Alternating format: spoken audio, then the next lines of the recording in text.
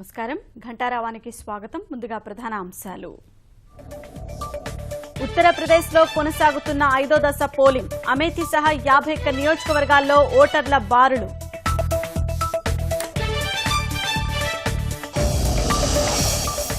కొత్త సీఎస్ ఎంపికపై ఉత్కంఠ.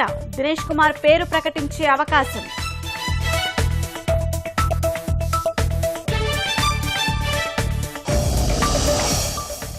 ఎమ్మెల్సీ అభ్యర్థుల ప్రకటనపై వీడని సందిగ్ధత. తుది జాబితా సిద్ధం చేస్తున్న చంద్రబాబు.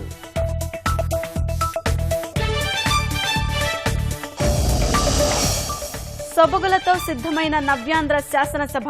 వెలగపూడిలో నేటి నుంచి ఉద్యోగుల విధులు.